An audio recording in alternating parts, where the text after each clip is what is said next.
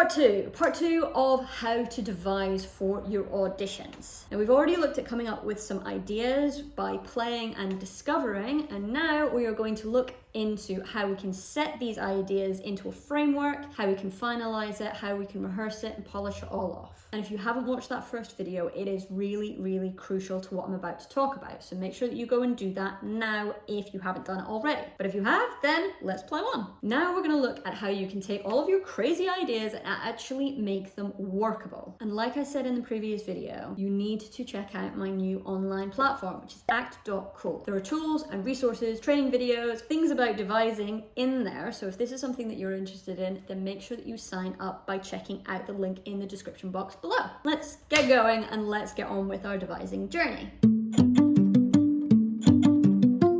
Okay, before we kick this off, I've got a public service announcement. Your device piece only has to be 60 to 90 seconds long. That is not a lot of time. And this is actually a great thing because you've got less product to develop, less product to rehearse, and less product to execute on. It will take less time and you can be really, really specific about what you're doing. But what this also means is that you need to be really intentional, really specific. You need to cut the fat and you need to get to the key parts of your story in a way that cuts out all of the faff. Okay, now that we've got that out of the way, you've brainstormed loads of ideas and now you actually need to sit down and decide on which idea you're going to use. And for some people, this is a kind of tricky process. And for others, it is glaringly obvious what idea you're going to go with. But for the people who are finding this tricky, what I would say to do is take all of your ideas and answer these specific questions to whittle down which ones you're actually going to work on. So, does this excite me?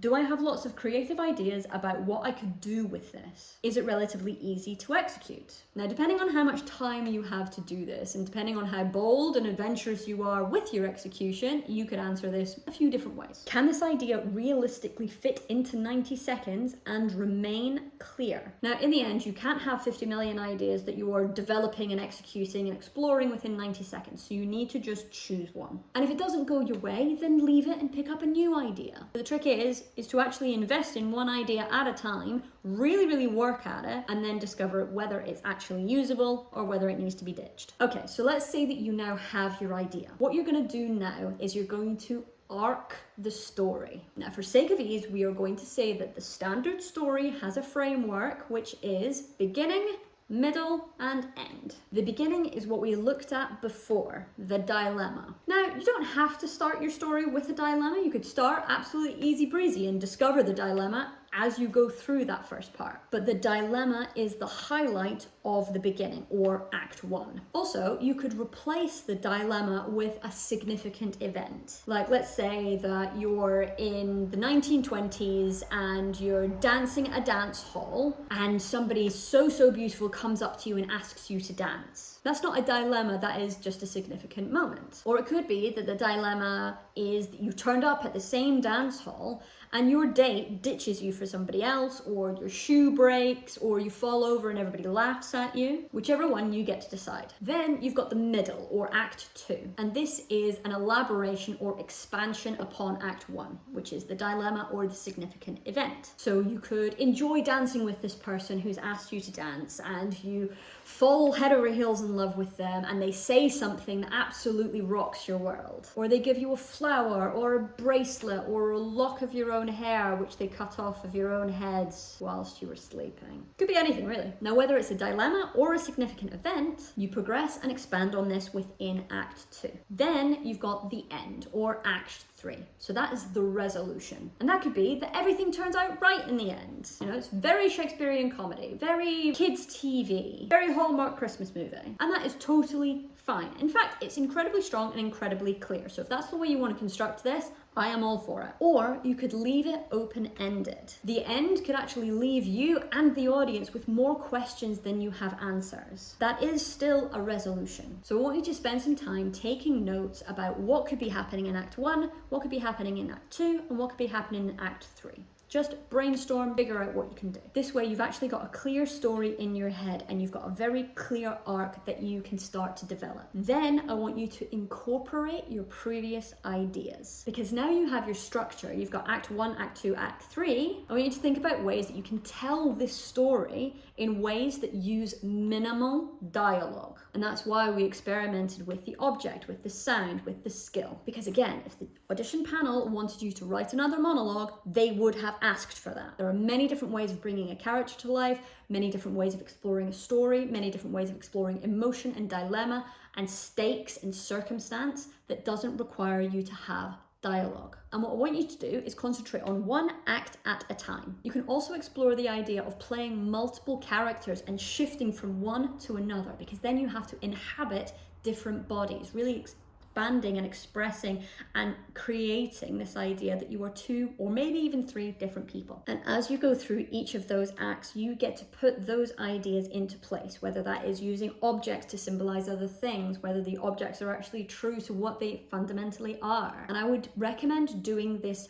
practically. So now that you've actually written down what is going to happen in Act 1, actually practically figure out how you're going to put that into motion. And what I would recommend you do is record yourself. And I would record yourself for 20 to 30 minutes at a time and just play. Now, some of the stuff that you're going to come up with is going to be a bit crap, and that is okay. But the purpose of recording yourself is because you won't forget anything. You might discover something in the moment. If you don't have any evidence of that, it could fall by the wayside and you'll never pick it up again. It also stops you from having to try something out and then write it down so that you can remember it. It's, doing that breaks the flow of creation. So just set up your camera, pop it on, and start discovering what you could potentially do, knowing that you could quite easily delete all of that if you wanted to. But seriously, when it comes to devising, recording yourself is a game changer. Then watch all of the footage back, take notes on what you actually want to maintain and work on and expand on,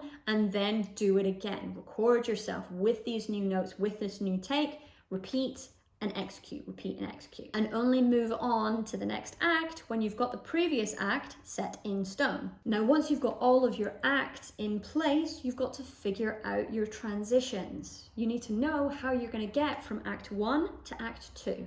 From Act 2 to Act 3. And you want to do this in a fluid and seamless way, focusing on being clear and being specific. You don't want to have your audience guessing what's going on at any one given time. Now what you need to do is write the dialogue. Now I'm using dialogue in a very loose definition here. All right, what I really mean is stage directions and prompts. And this is really key because you don't want to be doing your piece each time differently. You want to be consistent, because what I'm going to recommend that you do is that you rehearse your piece like a sequence, like choreography, because then you can fine tune it. You can really focus in on the detail and the specificity instead of it being somewhat vague and different each time you do it, because that is not reliable. And especially if you're going to be doing this in an in-person context, you want things to be reliable. I also want you to pay attention to dynamics. Now, especially if you're using your body, you're using objects, you're using eye lines, you're using sound, you want to pay attention to the dynamics of it. You want to show the audition panel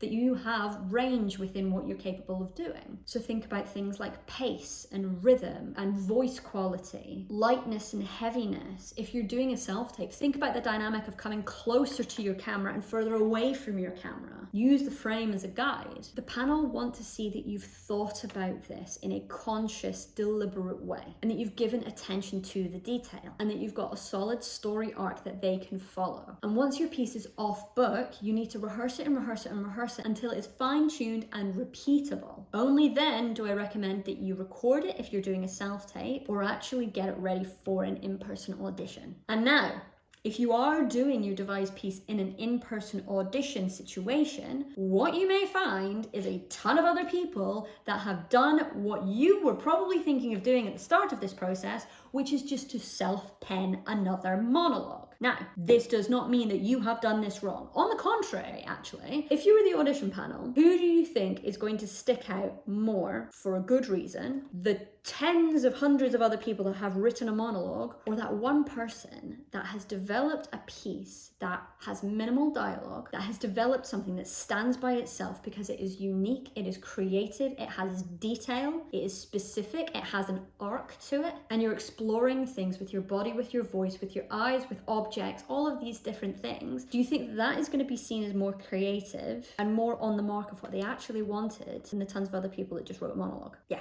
I thought so. Now, I hope that you found this useful, and if you did, make sure that you click like, that you subscribe to the channel, that you tell other people about it, and that you definitely sign up to the Act.co platform, because it's going to be things like this and many, many more things. Really, really good place to be for the resources and the tools. And the way that you can sign up is to click the link in the description box below. But until next time,